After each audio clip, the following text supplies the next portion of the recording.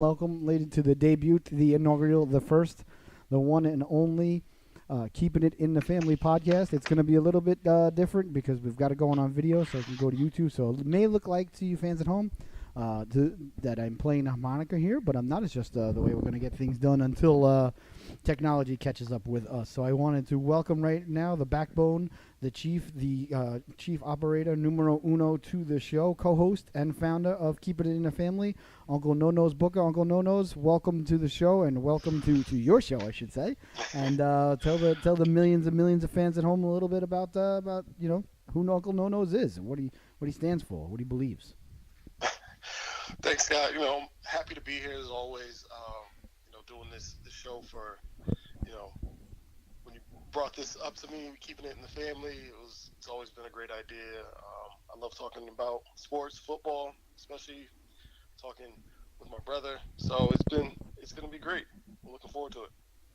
I'm beyond excited. I think we'll start off the show with a little bit of biography about ourselves here. Why don't you tell you got to remember there's millions of people, tuning in on a variety of devices free, and we're a really big hit from what I understand on the International Space Station.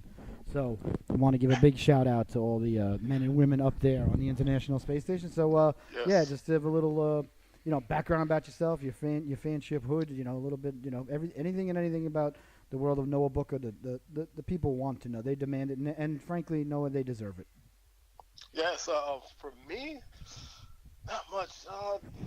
Grew up in Connecticut, of course. Now I'm here in nice sunny Miami. No more winters for me. The days of shoveling snow and having blizzard warnings are over for the foreseeable future. I hope so. Yes. Thank you. Other than that, it's been good. I've been down here in Miami for about 3 years, going on 4. Time's flown by pretty quickly. I'm down here with other members of the family, Jesse and Linnell. So they're down here keeping me busy running around, and it's been great. Excellent. And I mean, I know, and the close members of the family know who's your organization, because we're an honest sports show here. We're an honest podcast or whatever we are. I don't even know where we fall in the realm of social media, labeling here, because I'm not sure what we're doing. But obviously there's going to be some bias, I hope, from your part, and I think share with everybody who's your organization, your team, where your heart and soul is, and so we know where you're coming from. So when you make predictions, we know that it's not just coming from your brain. Oh, my heart and soul is the Denver Broncos. Been a lifelong Denver Broncos fan. That's weird. Got that from big sister Linnell when she lived out there. So she influenced me at a young age. So I've been a lifelong fan. Been around for all 3 championships. So it's been a tough couple of years, but I mean, in comparison to a lot of other teams, sometimes you have these bumps in the road. Well, yeah, But, I mean, I guess. yeah. But but you guys are one of the class organizations in the league. I think being a Bronco fan is relatively relatively easy, like you said, on the scope of things as compared to being say a Cleveland Brown or Exactly. There's always since Pat Bowlen's been the owner, we've had about as many Super Bowls as losing seasons. So sometimes there's not a lot of franchises that can say that, especially if you're like a Browns fan or you're used to heartbreak. So I'm glad we're in a stable organization. I'm glad that I don't have to have fire up the fire whichever coach or get rid of whichever quarterback train every season. For the past couple of years, the train has gotten some momentum, but it's not an every year thing, thankfully. Yeah, no, you guys are solid top to bottom, like you said, from ownership. I didn't realize you guys have as many Super Bowls as losing seasons. That's an impressive stat. That's really impressive. I think last year we actually surpassed it because 5-11. So now I think we might have more losing seasons. More losing seasons of Super Bowls, but it's pretty close. It's a good number, and Pat Bowlen's been owner for 30 plus years, so that's a good stat to have. Wow, no, I did not know that. That's completely unacceptable. Then you guys are gonna have to win another Super Bowl. I hope so. I Yeah. hope so in the next couple of years. I'm hoping. I was looking forward to a good playoff run this year, but I don't know. Things just aren't clicking. I'm not sure if it's our leadership or if we've. Sometimes I think we kind of overestimated where we were when Peyton Manning left. I think we thought we were, one uh, middle of the road quarterback away from another Super Bowl, and I think Peyton Manning, he can atone for a lot of sins when you have someone like that behind center. But I don't know. We'll see if we can get this turned around. Yeah, his skills may have faded down the stretch there, but yeah, he may have, like you said, covered up a lot of inefficiencies on the offense that you didn't realize, especially too with that defense that you had after that championship and that championship run. I remember you guys dismantled us in the AFC title game, and us being so a little bit about myself. I'm Scotty Bonner. I am Uncle Nono's brother-in-law, and he is the uncle to both of my children. Thereby, as far as the family tree goes. So, if you want, that's why keeping it in the family. And I am a diehard since way before they got really, really good. People always say, "Oh, yeah, you're a preacher." Oh, look at this! Our assistant here, our summer intern, bringing Daddy a cup of coffee. Thank you so much, sweetheart. And there she goes, giving a big wave to the crowd. So salute. Need that because she had a 6:30 hockey game this morning, which was fantastic, especially when I set the alarm and it went off, but I didn't realize I had it on really, really low, so it was not on very loud. And Michelle woke up and she's like, "Oh my God, it's 5:30!" and blah blah blah. So we got out of the house in about 36 seconds, grabbed everything, yelled at Lukey a couple times, "Come on, come on, get in the car!" He didn't even know where he was. And we got there and she scored her first goal. So it's a very special show for me. So I'm extremely ecstatic. And it's Sunday morning. It's a football Sunday here, and finally, I don't know how's the weather down there. The weather here finally autumn has arrived. Not to make light of Hurricane Michael with all the people that went through, absolute garbage in the panhandle, and praying for them, and hopefully everybody's as well as can be. But after the storm, gotta say here, thankfully, it sucked out all the hot air, and it's been nothing but absolutely perfect weather since Hurricane Michael blew through. How's the weather in Miami besides absolutely beautiful? It's going well. It's finally cooled down. We're out of the summer stages where it's unbearably hot. I think it's safe to come outside now and not worry about sweating through 2 and 3 shirts. So yes, I'm glad that fall has finally arrived for Miami. Nice. And there's I think, in my mind, an excellent game going on today down there. I think the Bears-Dolphins tilt, in my estimation, is one of the better games, if not the best game or most intriguing game of the 1:00 affairs. In my mind, I always feel that the Bears are obviously coming along, but I always feel as a Patriot fan that teams, and I noticed this with the Patriots, seem to have a lot of trouble when they play down in Miami, especially during the colder months, because of it's nice down there. Right. Let's be honest, the nightlife is not lacking by any stretch of the imagination.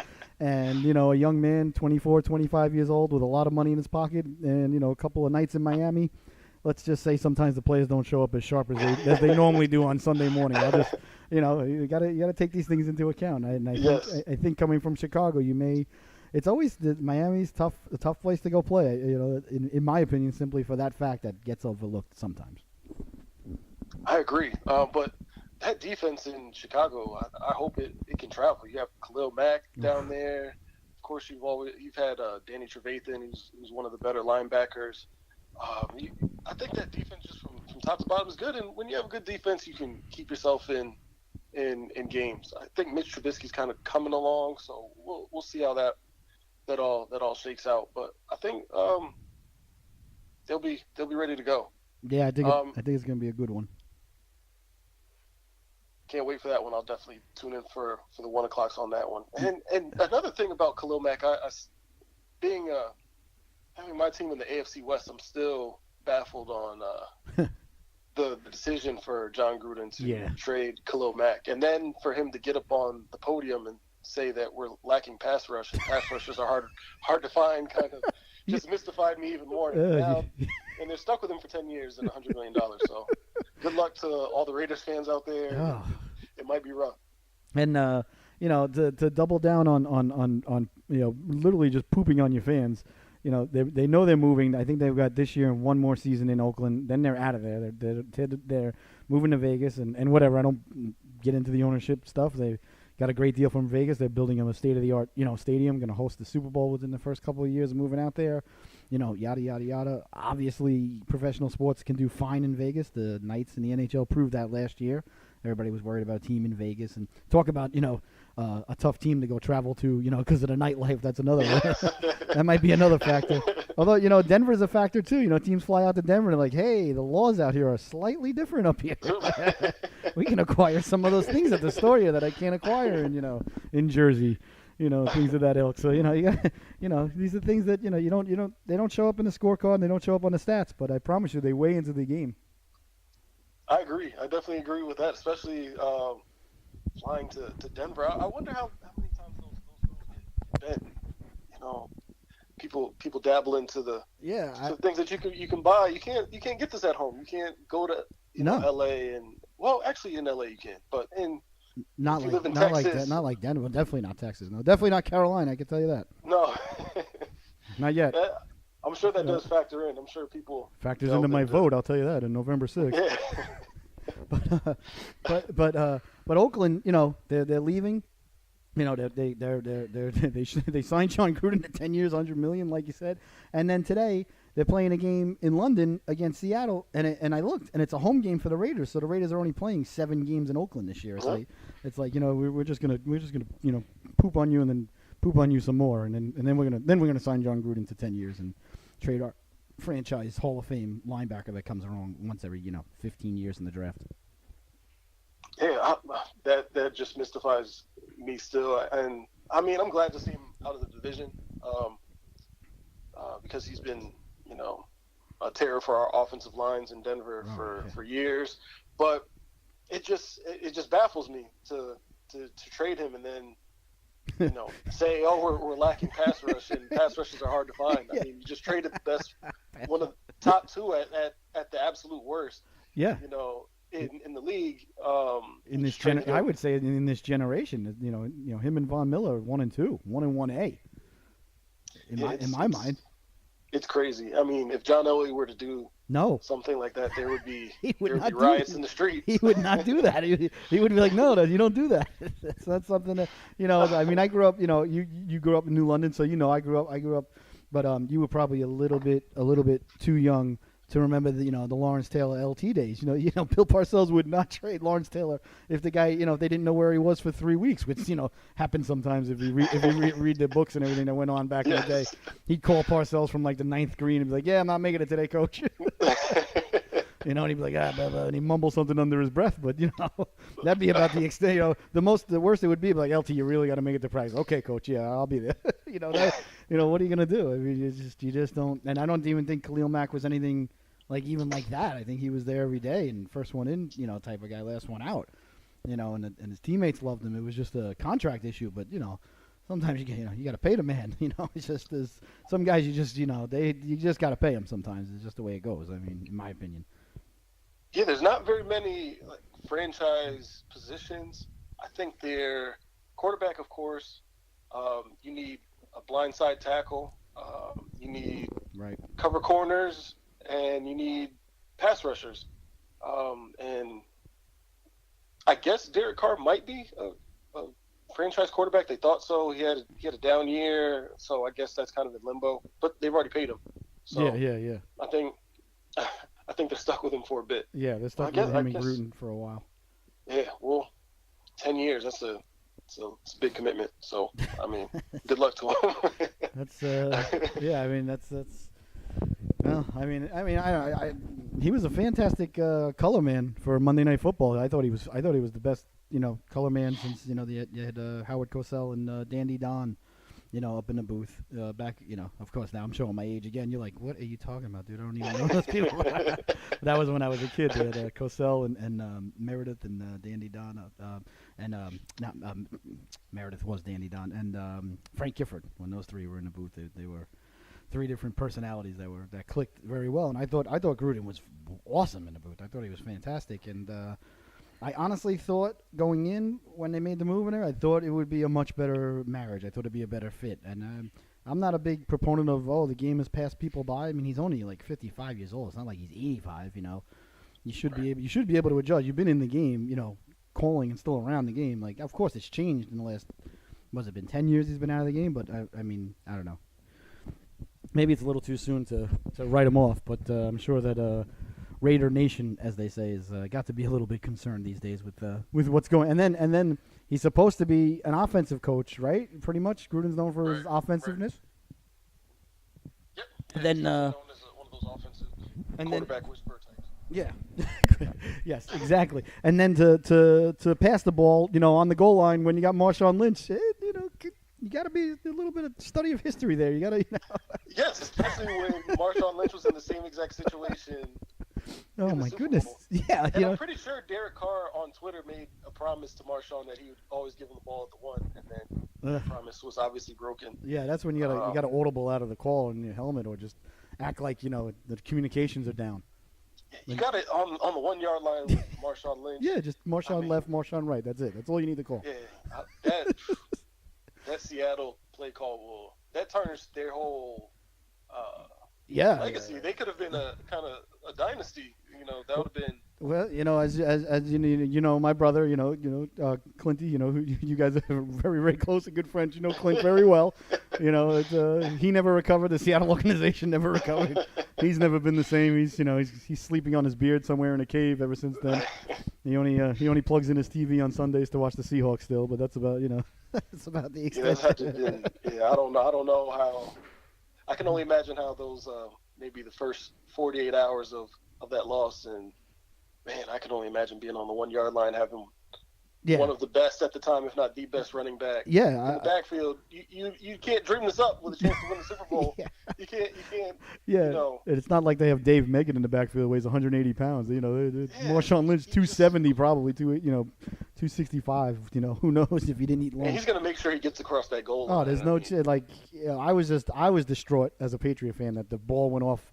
I forgot. I think it was actually Malcolm Butler's foot. I think Butler was the one who broke up the play initially, the one that got him down there to the goal line. And he actually, if you go back and watch the play, he broke it up and he batted it down and it went off his foot up in the air and the guy grabbed it. I'm like, this is the third Super Bowl in a row that we're going to lose on a bizarre play. Yeah, and even Brady was on the sideline. You could see him mouthing like, "Not again! I can't believe it!" And I was just like, "Oh my God!" I'm like, "This is not happening again." And then they passed the ball, and I was like, I never even really rubbed it in Clint's face about it because I actually felt bad. I still do. But what a play by Malcolm Butler on that one. That's still not an easy play. I mean, they're trying to I think if I remember correctly, they're trying to kind of do some crisscrossing, some rubbing a little bit, and Malcolm Butler made a good play. He was supposed to be picked on the play, but he jumped it before the guy cut across in front of him.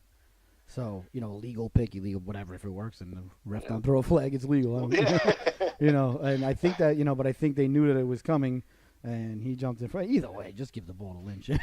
But there's no discussion. That's an awesome play by Butler. That's a legendary play. And he was rewarded last year by being benched in the Super Bowl and watching Philadelphia go up and down the field. It will. Has anyone gotten to the bottom of that? What that was? Yeah, I think what happened was he forgot to hand in his homework on Thursday and told Belichick the dog ate it, and that was I think what happened. Apparently he missed a meeting, but he was in the hospital that week, and I don't know. It was a whole bunch of who knows. It was in my opinion Belichick's ego getting a little bit too big there. It cost us the Super Bowl, but. You got to make a stop there. We couldn't stop the Eagles, but on this show here, no, we're not here to talk about the past. We're here to talk, about the future. And the future is bright. So let's dive into our two organizations, and I think we'll look at every game coming up this week. You guys, if I'm not mistaken, you guys are an extremely intriguing game to me as a semi-professional amateur gambler. Because I know you don't dabble too much into the gambling lines like me and your niece. Your niece is fantastic at picking winners, by the way, just so you know. We'll have to talk after the show then. Yeah, she's solid. She would be 2-0, but I made her change one of her picks because she picked against the Islanders last night, and I know the original pick she had covered. So I'm getting a stink eye right now. Scored a beautiful goal though, honey. It was beautiful. The Broncos are at home today against the Rams. Which, obviously is a very tall task. The Rams arguably the number one team in the league right now, along with Kansas City. They're both, I believe, the only two left undefeated. And I know Kansas City's undefeated. They talked about that all week as a Patriot fan.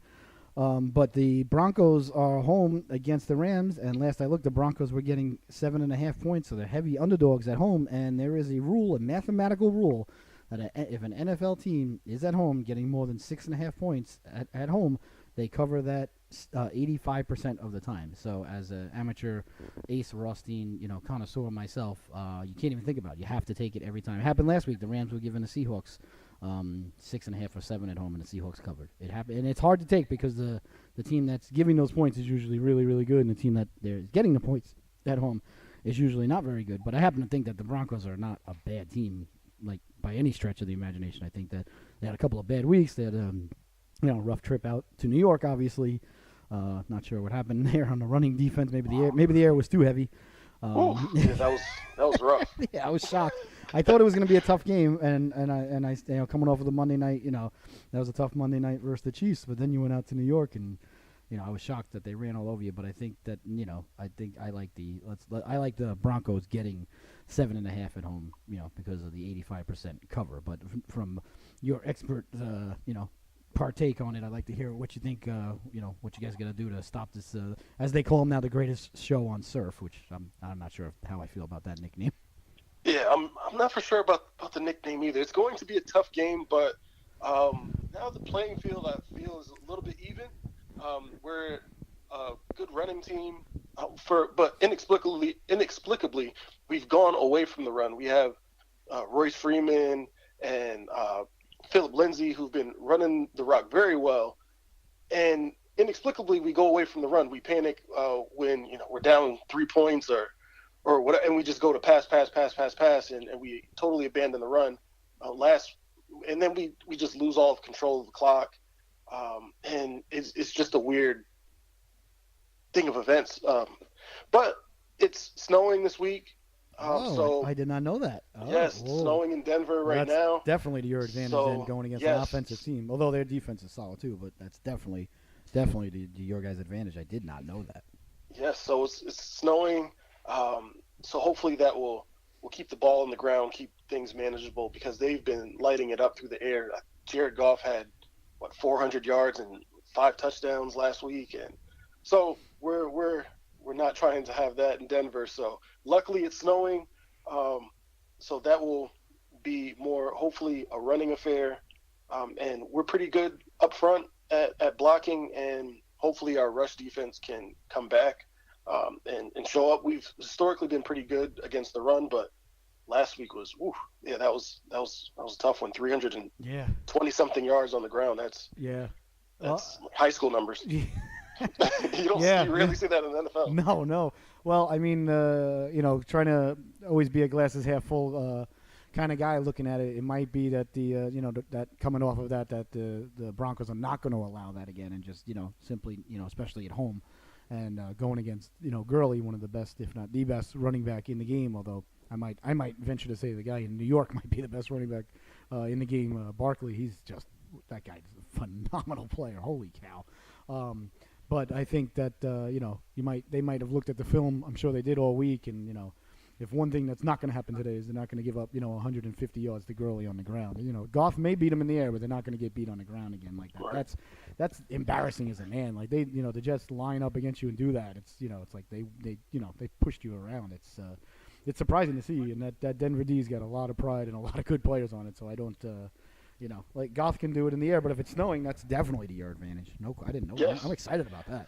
I'm excited now too, and I want to see if our offensive line also is up to the challenge of taking on that monstrous defensive line in LA. Yeah. When you have Aaron Donald and Ndamukong Suh rushing from the inside, that's going to be and that's one of the worst places. Well, that is the worst place you can get pressure, is right up the middle. Quarterbacks have no place to step up, so that's going to be interesting. And then also with our left tackle Garrett Bowles, he's been struggling, to say the least, especially over the past few games in pass protection. He's had some holding calls, so hopefully he can figure out what technical issues he's having and get back on track this week, because we're going to need it. We're Yeah, going to need it. yeah. You need all hands on deck. Yeah. You may be looking at a lot of double tight formations against that front four that the Rams bring into town. I mean, those guys are just you can't double team both of them. Right.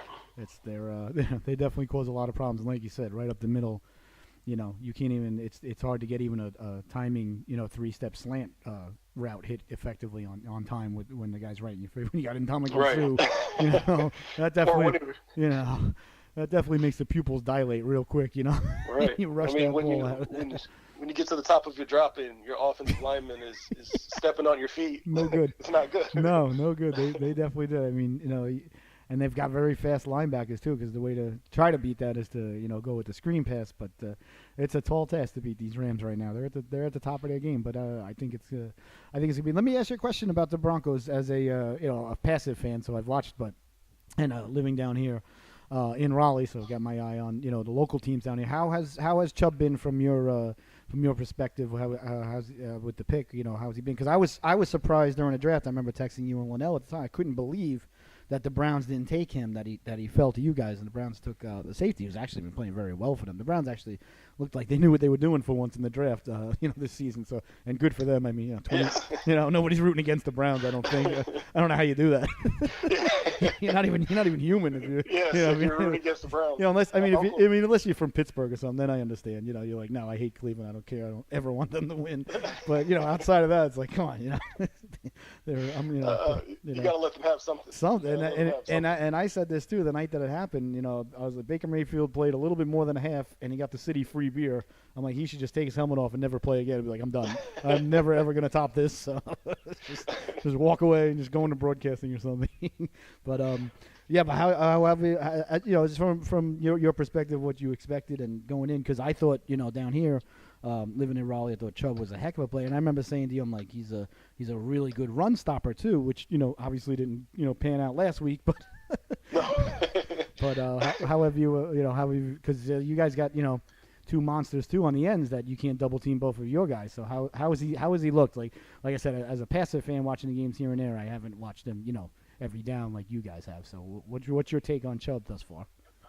I think he's done pretty well. I think a lot of people judge on the sack numbers. He has 1.5 so far, which you'd want him to have maybe 1 or 2 more by this time in the season. But as far as pressures go, he's done well. His main issue has been actually the run. He's had some bad angles or run fits, and it's led to big plays. Sometimes he gets washed out of plays or takes the wrong lane. So that's, as a rookie, I think that's something that he'll get ironed out as he gets more experience and more playing time. So I'm sure he'll be fine. But he's been getting pressure on the quarterbacks, so we just have to find a way to get home. Our pass rushers have kind of been struggling this year getting home. We've been there in their faces and pressures, mainly illustrated by the fourth quarter against the Chiefs. We were close on a lot of those plays, but just sometimes you just have to finish a lot of those plays. But hopefully we can get on track soon. And I like what I see from Chubb so far, and I'm glad with this draft class. Actually, overall, it's been a very mature draft class, unlike last year's draft class, where I think how many do we have left? I think there's only one player on active roster that left. That's Garrett Bowles. Everyone else is from the whole draft last year. From the whole draft, DeMarcus Walker was our second-round pick, and he's been inactive all season. Our third-round pick, Carlos Henderson, he's gone. Isaiah McKenzie was picked in the 5th round. He's gone. Wow. Brendan Langley, then he's on the practice squad. You got to start to look at Elway if you do another year like that.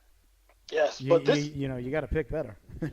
But we've had Gary Kubiak in the front office, and this draft class this year has been a total 180 this year. There's been contribution, and we have Cortland Sutton, who's been great. He's just inches away from having big games. He's always had a throw in the end zone that was just out of bounds. He's kind of as a wide receiver, still Yeah, he's good trying to though. find a way to get, not get pinned against the sideline by corners. But he's always very close. It's But always, something, a knee falls out of bounds or a foot, he to, can't get a foot in. to But he's me, he's he's close. yeah, to me, watching from afar, trying to keep an eye on as many games as possible on Sunday is always a big red zone fan when the Patriots aren't playing or the Cowboys. As you know, your sister's a huge Cowboy fan, and so Yes. and she took the boy. Lukey went with her. I got Sophie though. Sophie's a Patriot fan, so I'm all right. She drafted Lukey, and I understand that. The boy's got to go with his mom, so I ain't mad at him. Colin, he just looks like an NFL receiver to me, though. He's got the body type, the moves. I think he runs really good routes. I like him. I think he's going to be I don't know if he's going to be an absolute stud or star, but he's gonna definitely an NFL player to me. Yes, definitely. I like what we've seen out of him.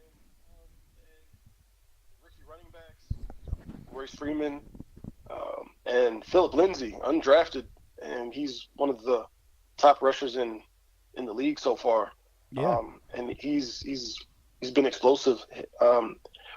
Royce Freeman and Philip Lindsay, they've both been great on the ground. We just have to not abandon the run so early in games, because I think that would help Case Keenum out, because I think that's part of his struggles. We abandon the run too quickly, and we think he's going to be Aaron Rodgers, where we can just drop him back. Last week, I think we dropped him back 50 times. That's not a formula for success with Case Keenum, especially if you're not setting it up with the run and running play actions. Yeah, he's not. He's a good quarterback, and if the defense comes around and the running game, is there, he's definitely good enough to win plenty of games and to win playoff games with that formula, Right. especially when it gets cold. But not throwing 50 times. No, that's not. You knew that when you picked him up too. It's not.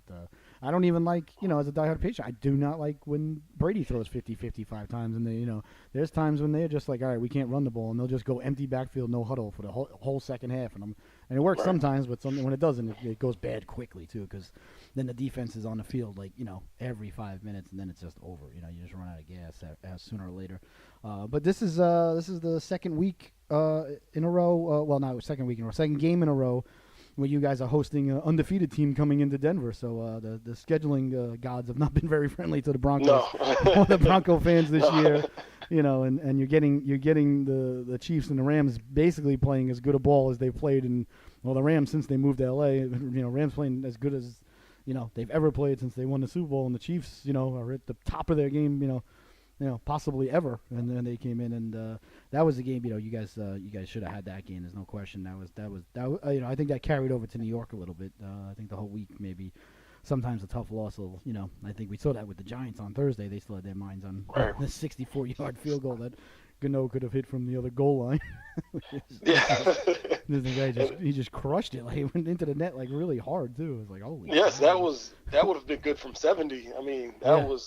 that wasn't one of those just made it, squeaked over the crossbar. No. That was a no doubter. No, that one was buried. And then, like, you saw it hit the net went back another 5 yards. It was like, oh my God. Like, yeah, that would have been good from, he looked like he was kicking it in Denver, with the light air and everything. He buried that one. That's, he's one of the reasons I think that Carolina, in my estimation, are in the top three in the NFC. I think he obviously got the Rams. I think Saints are right there. Drew Brees, it's Drew Brees. He's going to do what he's going to do every week. Right. And I think the Panthers are a very, very tough team going in. So who do you guys? I don't even know who do you guys got next week after this one.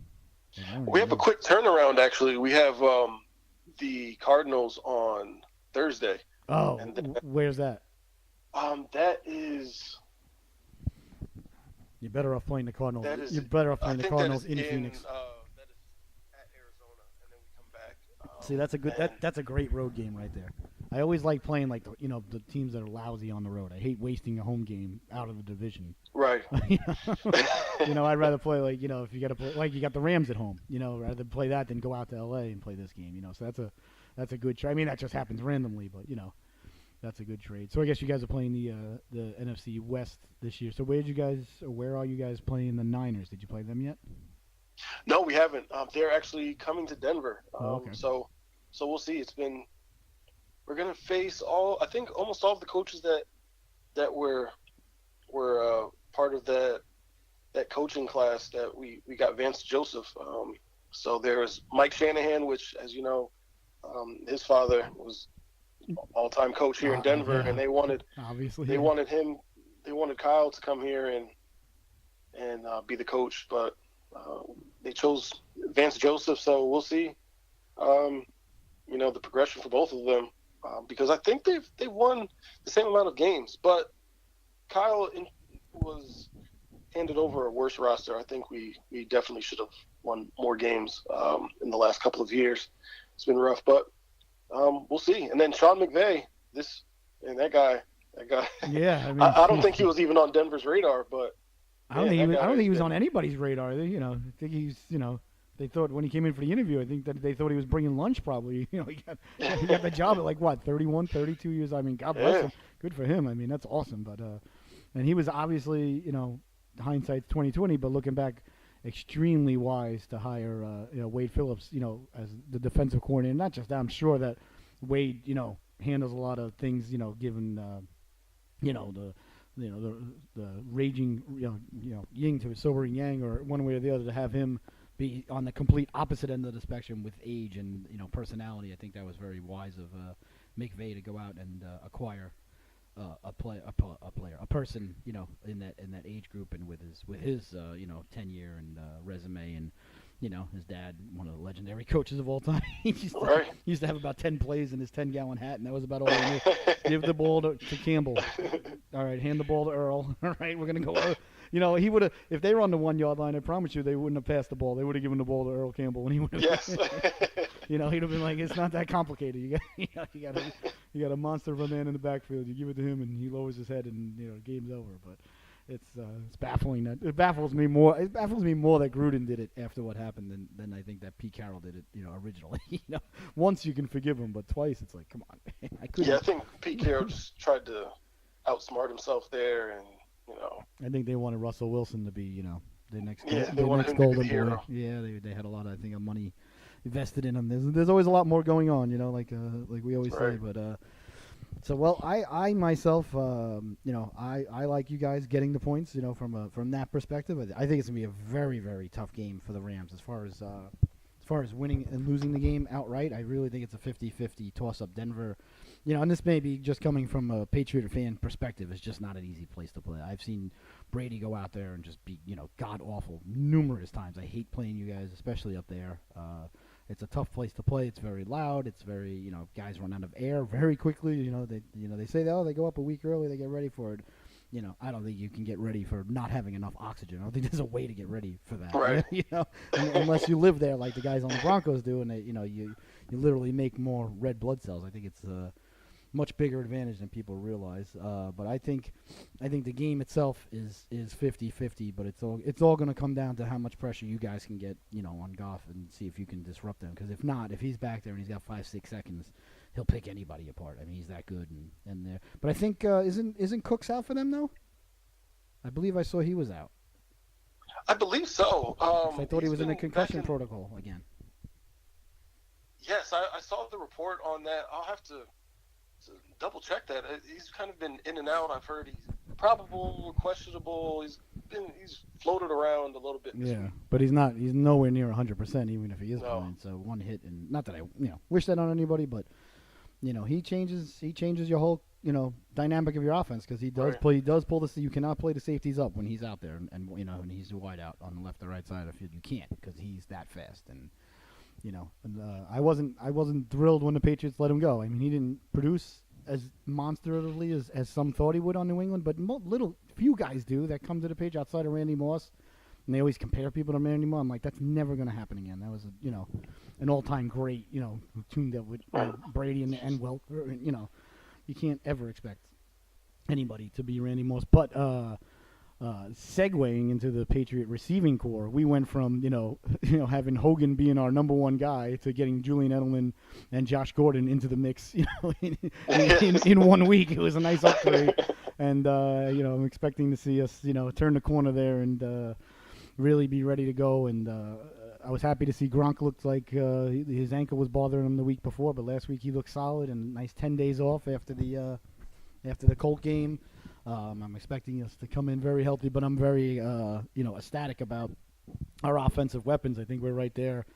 Kansas City's obviously dynamic. The Rams are obviously dynamic, but Tom Brady is. You know how I feel about Tom Brady. You don't have to go into it. You've heard plenty of Thanksgivings about me pontificating my love for Tom Brady. The wife knows about it. The whole family knows.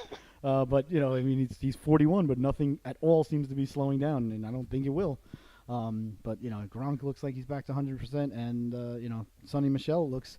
At the beginning of the season, I wasn't too happy with the way he was running. I felt he was a little bit of a tippy-toe type of get the ball, hesitate a little. But the last 2 weeks, he's really gone north and south, and I think maybe he's turned the corner. Maybe they noticed what I was noticing there, and he's or could be that the two wide receivers came into the mix and suddenly he's not running into 8 guys. Now he's only running into 5 or 6 guys. Could be a combination of both. Right. Having but I'm ecstatic about and hopefully everything works out for him personally. But I'm ecstatic about Gordon coming into the mix because you don't get guys that are just that size that can jump and just. I mean, the guy is just a monster. As far as a wide receiver, and then you throw Edelman and Hogan out there as the 2 slot receivers and Gronk, and away we go. We're ready to go. Josh Gordon, when he has his head on right, he's a top 10, top 15 receiver. I mean, when he has it going, he can really turn games around. Even when he was with the Browns and when they didn't have good quarterback play, he was there making plays. And when you have Tom Brady, Gronk, and you have the running game going, you definitely they're a hard team to beat, especially when they have balance and you have Gronk threatening the middle of the field, and you have Julian Edelman, and now you have Gordon. I mean, they're tough to beat. And we still got White coming out of the backfield on third down. I mean, I'm loving our offense right now. I really, everybody was all, the Patriots, they're falling apart. I'm like, guys, we're missing our top 2. Well, I can't consider Gordon our top 1 or 2, but we were missing Julian Edelman, for the whole season, and then we traded Cook, so we came into the season, Hogan was our number 1 receiver. I'm like, we gotta, I'm ecstatic we're 2-2 at this point. Coming out of the Edelman suspension was actually, this is gonna sound crazy, but more detrimental to us than the Brady suspension 2 years ago because we had Jimmy G at the time ready to go. And he obviously played well enough to, get himself a nice contract there from San Francisco. The whole debacle with him and Belichick and Kraft, we can get into that, love triangle another time. But losing Edelman and then, we traded away Cooks, assuming Edelman was going to be back in the fold, and then he got, suspended for, apparently, selecting the wrong, Flintstone vitamin off the shelf, I guess, in the NFL, these things happen, it's not nobody in the NFL, nobody's like a cheater or nobody's, all concerned about anything or, anything of that ilk. Just do it. It's fine. Just get him. It's fine. No, Stanley wants to. He's going from couch to couch, and he's gotten a little bit long in the tooth. So we got to actually pick him up to get him on the couches these days. There we go. So Michelle did a nice job there. There we go. He's like, "Thank you, mommy. That was very nice." I like, dude, this couch is better. But I, Kansas City is Kansas City, and the one thing that from a Patriot fan's perspective going to the game, I mean, I'm glad it's home, obviously, but Andy Reid and the Chiefs, for the most part, usually handle New England very, very well in the regular season, especially early in the regular season. Now we're a little bit past it. Last 2 times we've played the Chiefs has been, first 2 or 3 weeks. And this last week they beat us on opening night. They whooped on us Thursday night, opening night last year. And the year before that was the game when they killed us out in Kansas City. I think it was a Monday night, and that was the game where they asked Belichick. After the game, they're like, are you considering changing quarterbacks? He just looked at the reporter like, what, are you crazy? It was like, it was one bad game, No, we don't do that. It was, people are always ready to write the Patriots off, and they're not anywhere near done at all. I still think they're the best team in the AFC right now, but we'll find out this week. But I wouldn't be surprised if the Chiefs win. This is another game, as far as winning the game, I think it's completely 50-50. I don't know. But the Chiefs' defense is not impressive. And if the Patriot defense can step up, get a few stops, I mean, Mahomes. He's phenomenal, but, he's still, 23 years old. He's gonna have a bad game. It's going to happen inevitably. Hopefully it happens this Sunday. But the Chiefs have been, they are clearly in my mind, from what I've seen, the fastest team in the league right now offensively. I mean, they just got, they got Hill, they got Hunt. They can just, Kelsey's probably the best tight end now. I think he probably has surpassed Gronk. Gronk's not what he was. Gronk's still awesome, but he's really held together by bubble gum at this point. he's a walking medical miracle. He's destined for the the booth next to Romo. Soon. And I'm not knocking him. God bless him, but the guy's had 3 or 4 major back surgeries and major arm surgeries, knee surgery. He's we know you don't know how much Gronk's got left. Let's put it that way. Hopefully another year or so. But I think Kelsey's probably the best tight end in the league now. Just being honest. But I'll still take Gronk. I'm not upset. But I think the game, a lot like your guys' game, is a toss-up. I think it's 50-50, and it's going to come down to our defense. And another thing though about Kansas City is they don't have a great punter. Their punter is every time I watch them against you guys, he had a couple of bad punts, and it's hard to punt bad in Denver. With the air, and in a tight, close game, especially in the postseason, your punter is very, very important. It's not something to poo-poo. You got to have, you got to be able to. If you're punting from midfield, you've got to get the other team, inside their own 15. Like you have to. It's imperative. And they do not have a good punter, and they do not have a good punt coverage team. I know it sounds crazy, but when you got 2 really good teams going at it, these things are actually really show up a lot, in my opinion. Special teams are that's why Belichick has always played his starters on special teams. I remember when Brewski had the stroke, many moons ago, probably got to be like 15 years now, and he was out, for like almost 3/4 of the year, and he came back. And his first game back, he played all the snaps on D, and he played all the special teams. And, they asked Belichick about it, and his answer was, the doctor said he's medically cleared. He's like, I play my best players on special teams, because those plays are as important as every other play. And, he's absolutely right. He does not, you always see starters for New England. Gronk actually broke his arm on an extra point many moons ago when he had that horrible it came through the skin and everything. It was a really bad break, and he was out, for the season, because then he got infected. It was a nightmare. But that injury occurred on an extra point, and that's just, Belichick has always done that, though.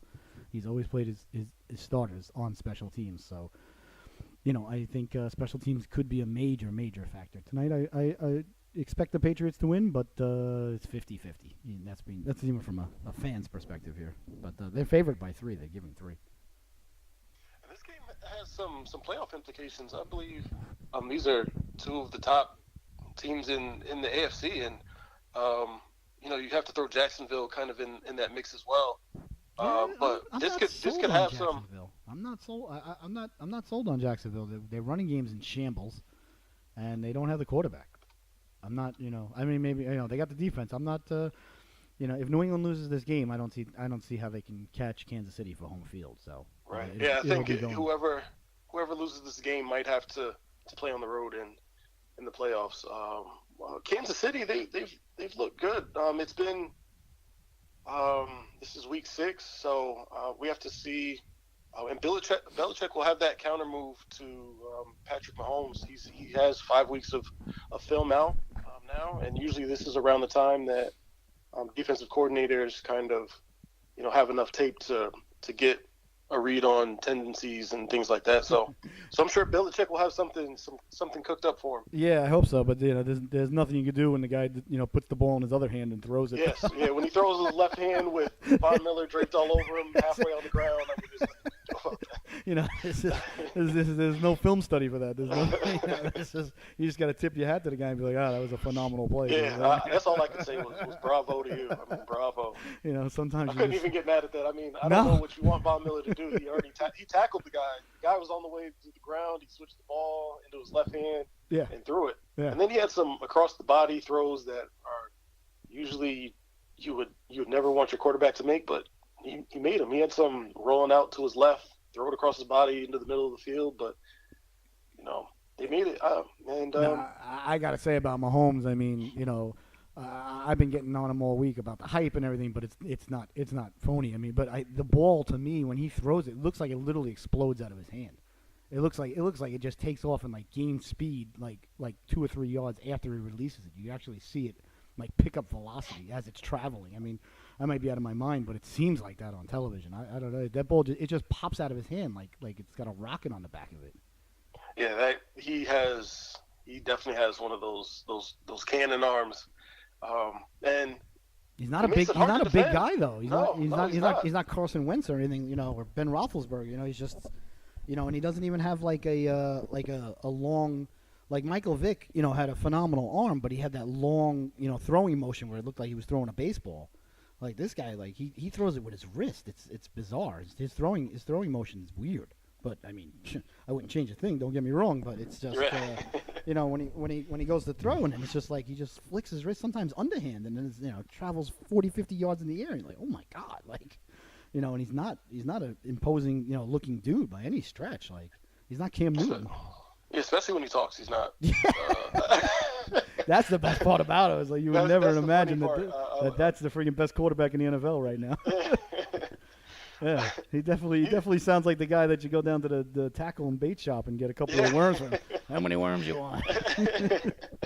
But hey, whatever works, Yeah, I thought there might have been a little bit of hype, but when I saw him play against Denver Monday night, that fourth quarter, I was like, okay. Yeah, he's really good. Yeah, I mean, there's a lot of hype, but it's not hype anymore. It's like, oh man, this guy is, he's the real deal. If New England's going to win, it's not going to be easy, So, but certainly looking forward to that.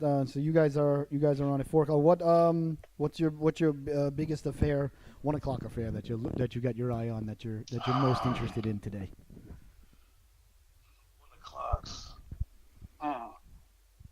I know I got the Seattle and Oakland game's always interested, because it's from London. It's funny too, because any game that involves any of our, because we've got a wide, the entire nation is covered by our family. We've got you and Linnell, Bronco fans, Uncle Jesse and Uncle Randy Watson from the What's Going Down episode of That's My Mama. Packer fans, obviously. George, Redskins fan. Michelle, Lukey, Cowboys. Myself, Sophie, Patriots. Clinty, Seahawks. My mom is a huge Vikings fan. My dad's a Giant fan. It's like, there's always something on that has a rooting interest in the family, which because if I'm watching a game, outside of the Steelers, I can't stand as a Patriot fan, and a couple of the teams. But if I'm watching a game, the Dolphins, the Jets, and the Bills, obviously division's division. My cousin Brian's a huge Dolphins fan. My cousin John is a huge Charger fan. What she was, I don't know how she feels now. She was not happy about the move to LA. That's another fan base that got pooped on for no reason. Yes. Oh my God, terrible. But it's always like there's always a game on that I'm interested in. So I'll always, unless they're playing each other, root for Seattle, or I root for you guys if you guys are on. If you guys win, then that gives you home field advantage. Then I'm not rooting for you guys. I'm not gonna lie. But like today, I'll have the game on. I'm gonna be rooting for the Broncos for you guys. It's okay. Things of that nature. I still think that you guys are in your division the second best team in your division and should be contending for a wild card at the end of the season here. I agree. There's some things we have to figure out. We got gut checked last week, and coming off the Chiefs loss that was so close, and not very many people on the outside really thought we had a chance. I liked you guys. I liked you guys all that week. Home underdog on Monday night is always dangerous. Always. Yes, dangerous. Especially when it's when you have to come to Mile High. I thought that was a good game, but for a lot of people on the outside didn't really have us having a shot in that game, and for us to play well until the last play. We played about 47 minutes of good football, and then for it to come down. That's about right. To the last 10. That was tough, but I think you guys showed what your defense can do when it's playing well, though. Granted, you didn't finish, but still, it's there. It's capable. You guys are capable of doing it. I thought that would kind of troops that game, even though it was a loss. I thought that would rally the troops, and we would go into New York. And really kind of play well, and then we just go out there and lay an egg. Yeah. And get run all over. That's never good. That might be a blessing in disguise, though. That might be all right. We bottomed out there, and guys are mad, and I don't know, sometimes it's good to get your lunch handed to you. It happens to New England once a year, where like this year against Detroit. They went to Detroit. I think the game was only like 28-13 or something, but it wasn't even close. I mean, they beat us up and down the field, out executed us, outgamed us. Our old defensive coordinator, and it's Detroit. Maybe they're a 500 team. Like the Jets, maybe they're a 500 team. They're not better than you, but you just don't. For whatever reason, and it's just one of those games where nothing goes your way. You finally. You finally make a big play, and then there's a holding call, behind the play, or just one of those days. And then, I feel that with good teams, sometimes it helps them turn the corner. I like I said, I expect you guys to show up today, but you could show up, play a really good game, and still lose just because the Rams are awesome, and there's nothing, As long as you guys don't lose in heartbreaking fashion again, like you did to the Chiefs. But I could definitely. I could see both teams coming out still undefeated, and I could see both teams, leaving Denver and New England, with one loss. I think it's, like I said, I think it's 50-50, right down the middle with both of their games. But, I think your game's going to be extremely interesting. I'm really interested in that one. What about the 1 o'clock games? Which one, like you said, are you going to be focused on, as a nice appetizer for the 4 o'clock Broncos? I might take a look. I might peek into the Cleveland and LA game. I want to see Baker Mayfield play a little bit. That is an interesting one. I want to see the Chargers lose. Sure. So that's always nice. So we'll see. The Chargers. Let's see if they'll charge her, because every year they come in with all the hype. Oh, they're the best, roster in NFL in the league, and then they either come out of the gate slow, or they end the year slow and they miss the playoffs, or they're bounced out. This is even going back to the Drew Brees days. So, they're a very radical team. They're either exceptionally hot, one of the best teams in the league, or they're like, oh my God, they should be picking number 1 overall. Yeah. All in the same season. They like you said, they generally do that. It's just it flip flops like every other year. Sometimes at the beginning, sometimes at the end. Yeah, they'll start out 3-5 and then win out, or or they'll do the opposite. Yep. Or it's just crazy, and they'll miss the playoffs by a couple of games, or by a game, or they'll start 6-1 and they'll finish 9-7. Like it's not uncommon. It's, you never. Phillip Rivers is the most difficult person. I never ever pick a game that the Chargers are involved in, because Phillip Rivers can destroy any sort of gambling, like in the last 5 minutes of any game. You'd be like, you got the under, and it's the 13-10, and then all of a sudden, the final score is 33-27, like 10 minutes later. Like what, The Chargers are a very inconsistent team. they're all over the map. That's an interesting game. I think the Seahawks game in London, and I'm really interested in the Steelers at Cincinnati is a good one. Yes, that would be awesome. This is the typical during the year. Are they the Bengals or are they the Bungles? Because the Steelers have righted the ship after last week. They finally look like they got their act together against the Falcons, and the Steelers are still one of the top teams, in the league, in my opinion.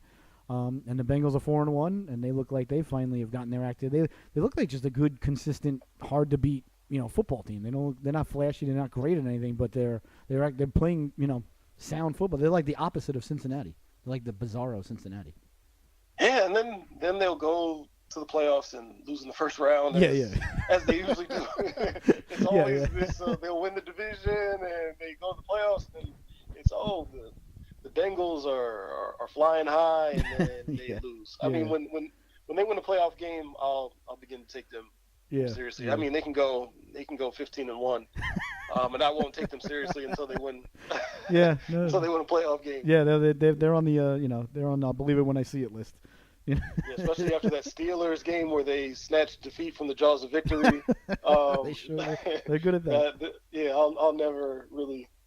I'll take them serious when they can get it done in the postseason. So I'll definitely tune in just to see where they're at. Yeah, at this point in the season. That's a good one, and I'm always I'm always rooting against the Steelers because I always look at it, until Ben Roethlisberger and Brown and, well, I don't know what the deal is with Le'Veon Bell, and until those guys are not there. And I happen to think I am a huge, as a Patriot fan, I watch the Steelers very closely, and we generally play them once, if not twice a year. I am a huge fan of Mike Tomlin. I think he's a heck of a coach. Because I don't think a lot of times you look up and down that Steeler roster that they're overwhelmed with talent. They don't spend like a lot of teams do. The Steelers are not a spending team by any. I mean, look where they are now. They have the best running back possibly in the game. Sitting at home still. I mean, they're not. They don't go out and go nuts in free agency. And I think that he is. I think he's a great. And I also think he's a very underrated in-game manager. He makes a lot of little decisions, and he's a really good players coach. Go for it on fourth down. Which when you got a quarterback that's 6'6", almost 300 pounds, it's a lot easier to go for it on 4th and 1. But right. But I think he's an excellent coach, and oh my gosh, Harbaugh in Baltimore is another excellent in-game. Like they don't screw up a lot, especially down the stretch. They don't mismanage the clock. Those guys are tough to beat, and they've got veteran quarterbacks that have been there and are not gonna freeze in the headlights like you said. Like with Cincinnati, Dalton's been known to have phenomenal regular seasons, and then postseason comes and it's like, okay, 116 yards, 3 interceptions. He's 16 for 42. That's not uncommon. I mean, maybe he'll turn it around, but until then, I'm with you on that one. That's I'll believe it when I see it. But if the Bengals can win today, the Steelers will go to 2, 3, and 1. And if the Browns can win, they would. I think the Browns are playing the Ravens. The Browns are playing the Chargers. We talked about this. Browns are playing the Chargers. I would love to see the Steelers not make the playoffs. The Steelers and going to Denver are two things that I never want to do in the postseason. We usually do okay with you guys at home, but if we have to go to Denver, it's just regular season 50-50, but postseason very rarely that we had a successful postseason. I can't think of a win in Denver in the postseason versus you guys. We lost to you guys the year we were going for 3 straight Super Bowls when who was it? Intercepted Brady on the goal line, ran all the way down, and Ben Watson caught him from the other end zone, the other side of the end zone.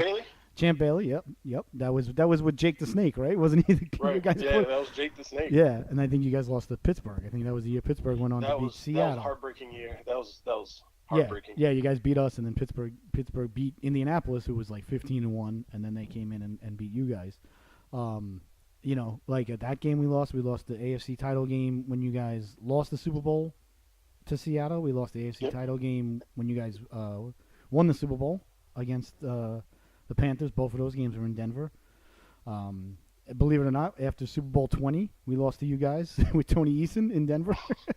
And you guys went on to, that was one of the Super Bowls with Elway back then. I think that was 1987. Like I can't remember a postseason victory in Mile High that I can think of. I don't think so. So yeah. No, I don't think so. But yeah, that's always something when the Broncos and Patriots are at the top. It's who's has the home field advantage because that's who's going to move on. Yeah, I don't remember you guys coming into Foxborough and winning it all. No, yeah, it's definitely not in a Brady. Even coming into Foxborough, I can't remember a game in recent memory that's even been really competitive. For Denver and except for that crazy game about 5 years ago when you guys were winning like 30-3 and we came back and won. Yeah, that was the game. I remember that game. That was the game. My mom got sick and we were in the emergency room and watching the game there on the TV there. That's why that was. I remember that was a crazy game. But I remember. Yeah, but yeah, you guys usually aren't even competitive in Foxborough during the regular season. No, yeah. Regular season out in Denver, we're 50-50. It's but I still don't. Those games are always tough. But in the postseason, no chance. Like we do not win in Denver. Doesn't happen. Yeah, that's a huge game. The Bengal game I'm looking forward to. So I'm hoping the Bengals can can win that game. But I would not be surprised if the Steelers go in and just mop them up. And the thing too, when the Steelers go to Cincinnati, you look at the game and half the stands are Steelers fans. It's full, terrible time. I mean, the Steelers fans travel really well, but yeah, they do travel very well. It's insane. It's like almost like a home game in Cincinnati, which is it's tough. And the other game, 1 o'clock game, I'm really gonna keep an eye on. I'm really interested in the Chicago-Miami. I don't think Miami's as bad as people think. And coming from down here, I saw a lot of Mitchell Trubisky, and when the Bears moved up to pick him, I was I was shocked. I'm not a college football expert by any sense, but I was like, I like the kid that's the NC State quarterback now, Finley. Keep an eye on that kid. I was telling my dad, he's a huge Giant fan. I'm like, if you guys, should be picking, top 3, definitely want to take a look at that kid. That kid's got a great arm. I was never, even in college, I thought Mitch Trubisky was a good college quarterback. I mean, maybe I'm wrong. He threw 6 touchdowns last week, but, with that Bears defense that they put together now, Trubisky's on the clock. Either produce or, Right. We haven't spent any money on you yet, so I wouldn't hand Trubisky $100 million, like he was John Gruden right now. No. I'd go out and either get another rookie or go out and sign, a good quarterback with that defense if he doesn't produce this year. We'll see, but I was shocked they moved up that high to get him and gave up what they did at the time. Yeah, for Mr. Trubisky, I thought that was a little bit high. I didn't really see what the Chicago Bears saw in him, but he's been here and there. So we'll see. This is his year to prove to the world. He's in a tough spot though. Prove to the world. He's in a tough the Bears spot need to, because they're always going to say Patrick Mahomes was available. I mean it's a no-win situation. For him, they're always going to be like, we could have Patrick Mahomes, but So, well, I think that's going to actually wrap it up for this week's and the debut of the Keeping It in the Family. What do you guys got on the menu? Are you going anywhere to watch the games? Are you watching them at home, or because today we got chili on the menu? Michelle's got the chili going in the slow cooker. It's always important. Food goes along with football and family. The three big PHs. They all go together. What do you got? What do you got going? Hello, sir. Hello. Can you hear me? I can hear you. We may have lost Uncle No-No's there. Hello? Are you there, sir? We may have lost Uncle No-No's, but that's all right. Well, we've got chili on the menu today, so I'm thoroughly excited about that. Listen, I want to thank everybody so much for tuning in. We're going to try to get Uncle No-No's back on the line so he could say goodbye to the millions and millions of fans at home. Hope you thoroughly enjoyed our debut program. This is the Keepin' It in the Family football show. Like I said, I don't know if it's a podcast or what it is. Let's see if we can get Uncle No-No's. Are you back, Uncle No-No? I'm back. Nice. I lost you for a second. Yeah. I could hear you, but you couldn't hear me. So I was asking you, are you guys headed out anywhere today, or are you staying in watching games? What's on your itinerary? Today I think I'm gonna stay in. I might, depending. Linnell usually she might have something lined up and can get me out on a Sunday. But it's gotta be something special. It's gotta be the right situation. But I might be out and about. But nice. That's what we like. Yeah, to hear. I think it's gonna be in. Kick my feet up on my own couch. Yep. Oh yeah, I'm. I'm 45. We got 2 kids now, all over the place. I don't go anywhere but my living room, and I gotta take a nap, and I've got to have a big cup of coffee at about 8:00 just to make it through the Patriot game today. But I'll make it through. I'll make it through. I may have to start pacing in the second half, but that's all right. Do some jumping jacks, get the blood flowing. Not as young as as I used to be, and let's be honest, even in my prime, I wasn't in the best physical condition. and since we're not on radio, people can see that. So I understand. It's okay. But Uncle Nono's. This is awesome. I had a blast, and we've got chili on the menu today, so I'm excited. I don't know if you had heard me say that. Michelle's got chili going in the slow cooker, so we're gonna have to get together, have you up here for a live show where the two of us are in person, and I'll say go Broncos today. I think they're gonna cover, and I think they're gonna win. So we'll see. But I don't want to be the KOD for you guys there, and do that. But remember though, they're 85% of the teams getting more than 6.5 at home cover. So you guys got that going for you. So it should be a close game, 85%. Speaking wise. Yeah, I'm looking forward to it. With the snow, I'm hoping it makes everything an even playing field. And I'm going for the Patriots today. I mean, against the Chiefs. Oh yeah, so you gotta root against teams in the division, especially a team like the Chiefs. So. Yeah, well, if the Chiefs win this one, I think they're they're really looking, cruising for home field advantage, because then they've beaten New England, they've beaten Jacksonville, they've beaten you guys. There aren't too many teams, except for the Bengals in the AFC that. Oh wait, did they play the Bengals? They may have played the Bengals already too. I think they did. Maybe. But I'm not even for sure anyone's really too worried about going to Cincinnati to get a playoff. Yeah. If you were going to pick any place to go in the Oh AFC, yeah. I think Cincinnati would be right at the top of the list. Oh yeah. Oh yeah. No, I'd rather much rather go to Cincinnati than Jacksonville. Yes. Yeah. We all know how that crowd in Jacksonville can be. So, but I couldn't agree with you more. Well, Uncle Nonos, I hope you thoroughly enjoy your football Sunday. I hope everybody at home thoroughly enjoys their football Sunday, and I hope you enjoyed Keep It in the Family show. Not sure if it's going to be on at this time every week. We will set a time, a date, and be there, but you can always catch us on our YouTube channel, the Glenda Love Broadcasting Company YouTube channel, or on our Boxcast as it's out on Twitter and Facebook and a variety of other social medias. And feel free during the week to tweet at us or write us any questions that you'd like to hear. Uncle Nonos and myself pontificate on with our NFL expertise that we obviously have both PhDs in NFL football. I'd say. I would agree with you on that one. All right, Uncle Nonos. Well, enjoy the rest of your Sunday and go Broncos and go Patriots. Yeah. All right. All right. Well, we will talk soon. Look forward to it. All right. Love you, kid. Love you too. Bye. All right, ladies and gentlemen, that is going to be a wrap. Thank you so much again for tuning in. Hope you enjoyed the show. It was a tremendous amount of fun. I think it was absolutely fantastic. And you guys at home are the MVP. So text us your or tweet at us your locks of the day. I like the Falcons giving 3 to Tampa Bay at home, and I like the Bills getting 10. Good night, everybody, and enjoy your football Sunday.